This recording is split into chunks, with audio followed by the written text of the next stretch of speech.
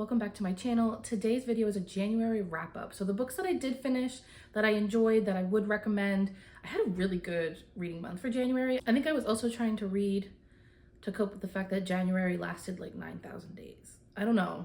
I get it. The whole like, oh, it's after the holidays, so like time seems to like slow down, but golly gee, January was, I feel like all of 2025 has been January.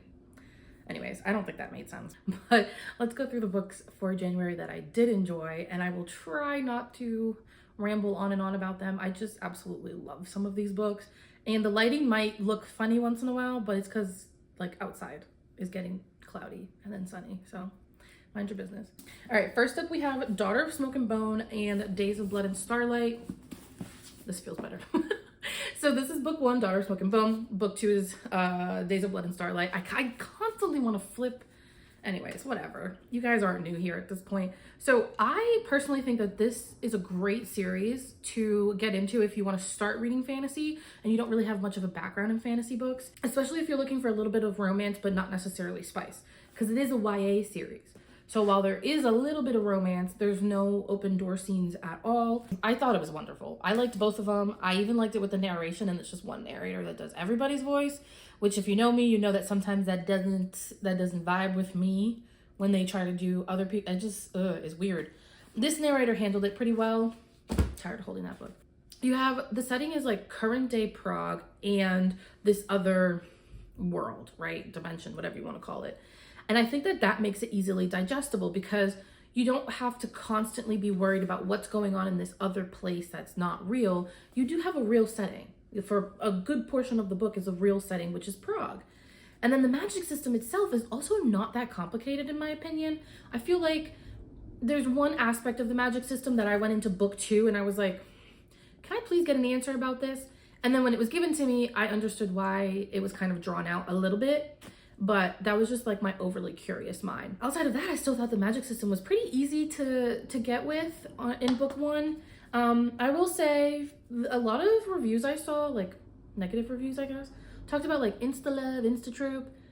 It is present. I think in book 1, you're gonna be like, oh, already? But when you get to book 2, it makes more sense why.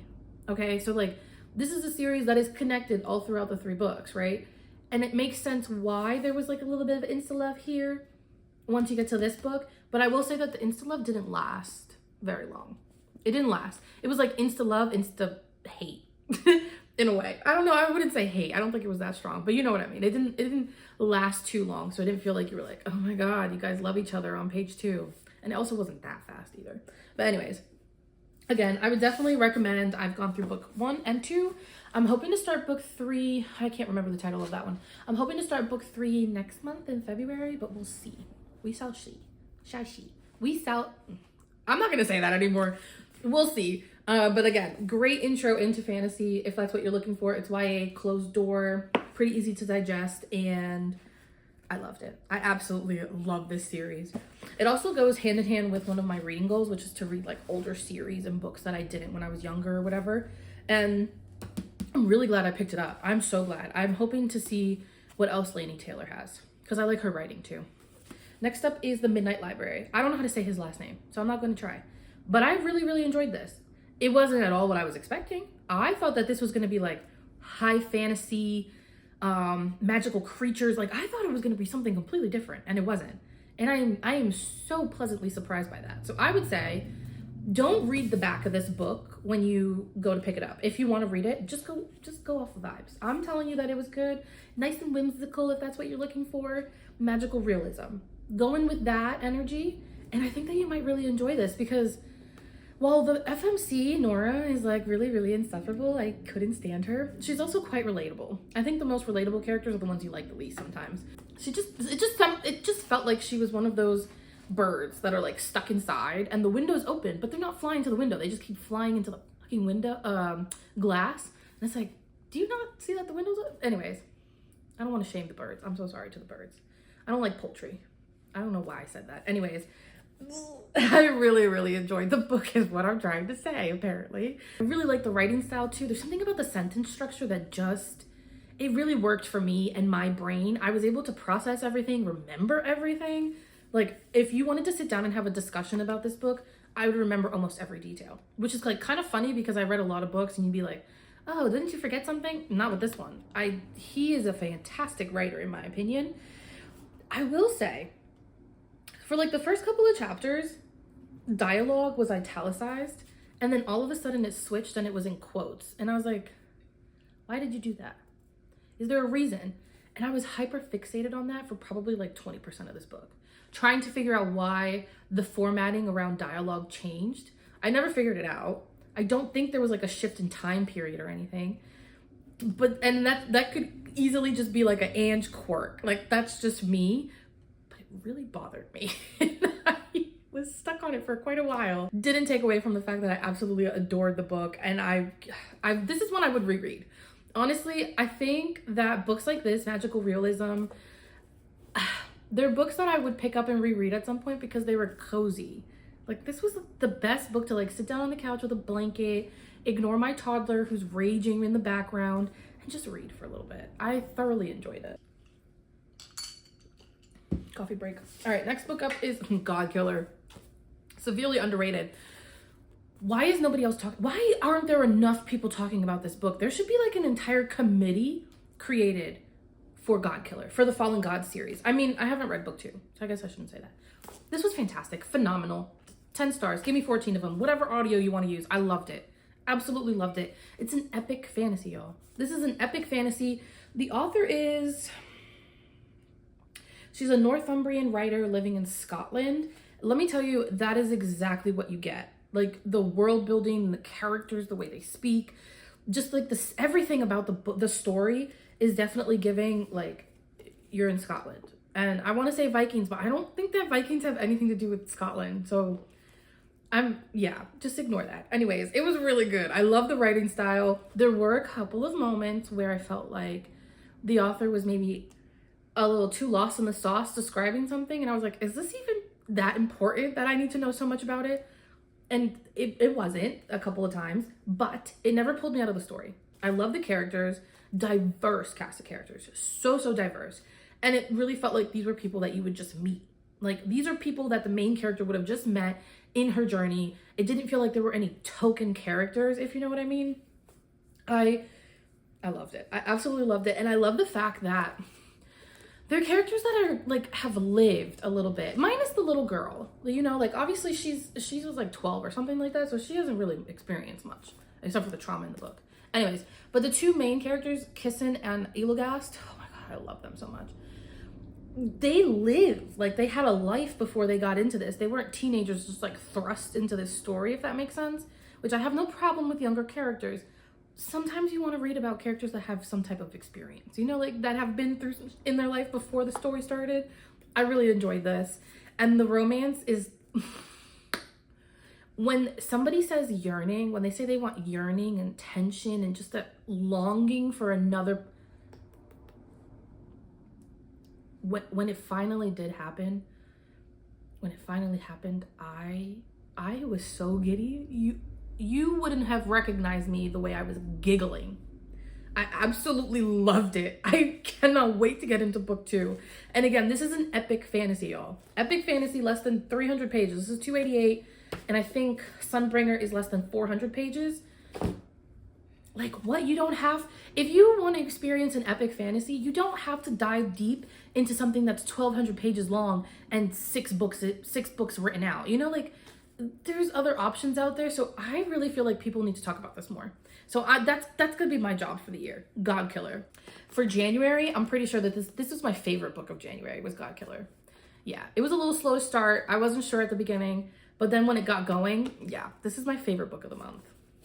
Let's go through some of my audiobooks. I have to get my reading journal out because obviously I don't have like physical copies of the audiobooks. All right, so we have The Bridge Kingdom and The Traitor Queen. So that's book 1 and 2 in a 5-book series, I think.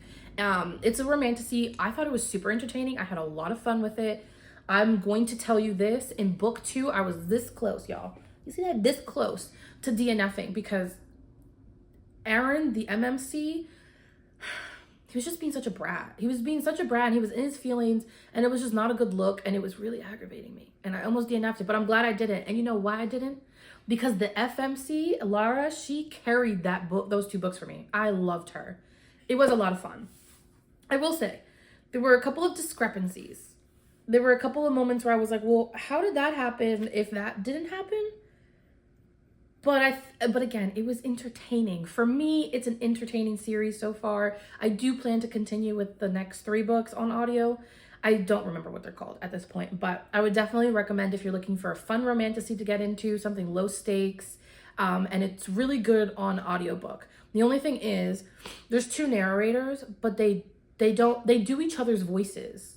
So like if you're in Lara's point of view, she does Aaron's voice, even though there's a narrator for Aaron. You know what I mean? Like, I don't know. I guess I don't know anything about audiobook recording and stuff, because in my mind, I'm like, well, can't he just talk for himself? Anyways, next up is going to be The Nature of Witches. I always want to flip the titles. I promise you guys I can read. I can read. I just don't have a very good memory sometimes. But The Nature of the Witches, oh my God, it was so good. It was so good. The narrator, I want her to narrate everything. I want her to narrate my life. That's how good she did. She had these like these little intonations, just little things that she did when she was talking to give the characters more depth. And it really did feel like I was in the story despite it being read to me via audio. Oh my God, it was amazing. It was so good. I ordered a copy of The Nature of the Witches, a physical copy, because I'm going to reread it in October for like spooky witch season. Yeah, it wasn't spooky. It was witchy. It was very, I mean, obviously The Nature of the Witches. It wasn't spooky. I think the characters are on the younger side. I can't tell you because they read pretty mature, in my opinion. I didn't feel like they were really aggravating at any point. And the romance was just so sweet. But it was just like, it was like the cherry on top. Like if there had been no romance, that plot carried it. That plot was phenomenal. I loved it. I liked the writing style when it comes to like the storytelling. I felt like the author did a really good job immersing me in a story, and obviously that comes from the narrator too. Overall though, thoroughly enjoyed it. I would definitely recommend. I think that would be like, I don't know, like if God Killer is my favorite book, then I think The Nature of the Witches might be like right there. Like if you ask me what's your favorite book, I'd be like God Killer, Nature of the Witches. That energy. It was ridiculous. I also read Small Town Big Magic on audiobook too. That was a lot of fun. My coworker recommended it to me. I was like, I don't really know what I want to listen to next. And she gave me that recommendation. It was really good. Couldn't stand the FMC. Could not stand her. Even at the end, I didn't like her. However, the MMC Jacob and the other cast, like the rest of the cast of characters, I love them. I love that friend group. They're amazing. Jacob is cinnamon roll-y, like grumpy, but goes soft for her. But also like, at one point he was like cussing her out. And I was like, Jacob, my good. I loved it. I ate it up. For the next book, we have One Dark Window, Rachel Gillig. I'm sure you've heard of this. I feel like it's super hyped up. I think it deserves the hype. It was really good. It was really good. The magic system was very unique. Personally, I have not seen a magic system anything like this before. I've never read about one like this. So I think that contributed a lot as to why I enjoyed it so much. But also, the FMC and her sidekick, I'm going to call him a sidekick, but it kind of feels like an insult to say that, but it was so good. He was my favorite character, or they were my favorite character. And I have a lot of questions after finishing book 1. Like, where did they go? Are they coming back? What are they doing while they're gone? What are they going to do when they get back? I have a lot of questions that I want answered like now, this very moment, but that would require that I pick up the second book and somehow speed read it, which obviously isn't going to happen. Yeah, I'm definitely going to read Two Twisted Crowns in February. Sorry, I had to think about that. I'm definitely reading Two Twisted Crowns in February. This was so good. This is also another really good entryway into fantasy if you don't have much of a background in it, because it's a whole new magic system, right? Like, personally speaking, like I said, I've never read anything like it. So there's not anything to compare it to. I think that might make it easier for some people who maybe don't have any experience reading fantasy books. It's really just like what the author gives you and what you make of it in this specific series. I would recommend it. I would definitely recommend it. There is romance. It's closed door, right? Yeah. I don't think it was explicit. This is my thing with spice. Lately, if I see a spicy scene coming, I scan it. I skim it to make sure that they're not saying anything super, super important, if they're even saying anything important. And then I skim it. There's just something about it that like, I just don't enjoy it right now. Right now, I just don't enjoy it. So I do this to like see if anybody's saying anything important, but I just don't want to, especially with audiobooks.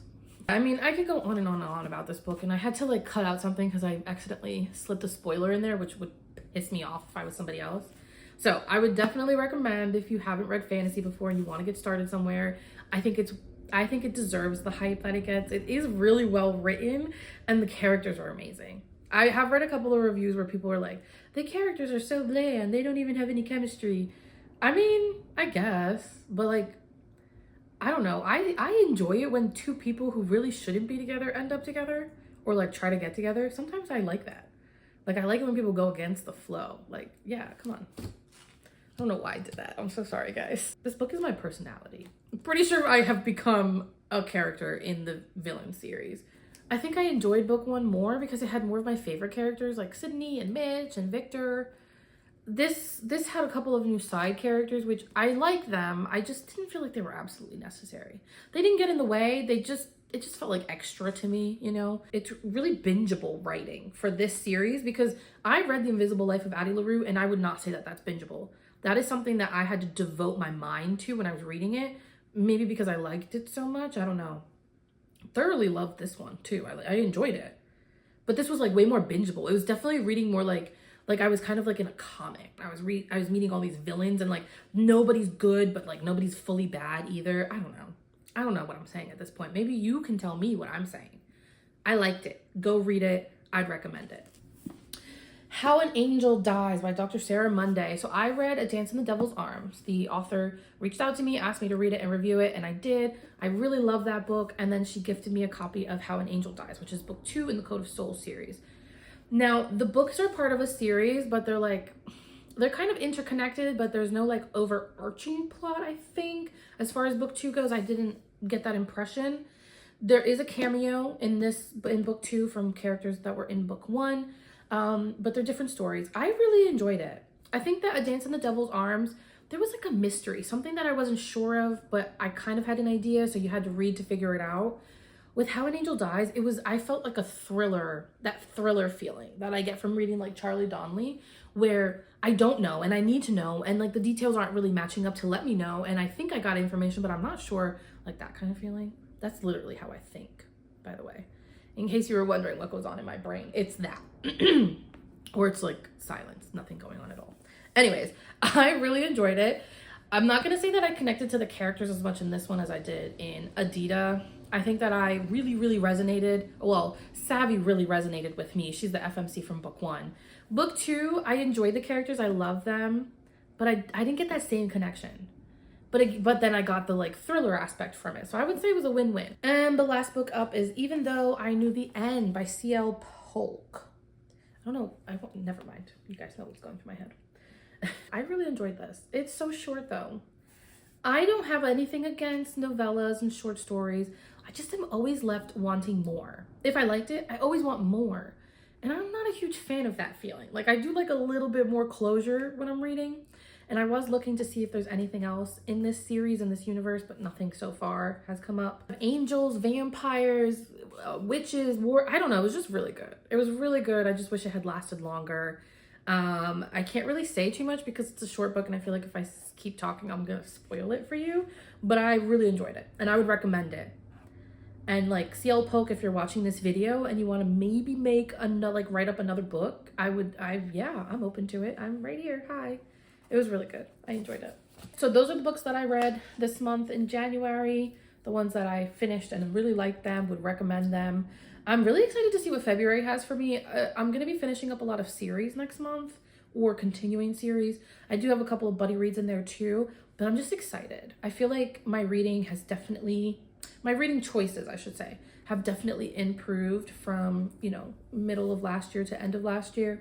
So yeah, I'm just excited. I'm just always excited and I'm always curious and I always want to read more. I don't know. I don't know what's going on. We're going to end this video before it gets any fucking weirder than that. So I hope that you guys had a good reading month. I hope that February has bangers, just straight bangers for us, all 28 days. And I will see you guys for the next video. Happy reading.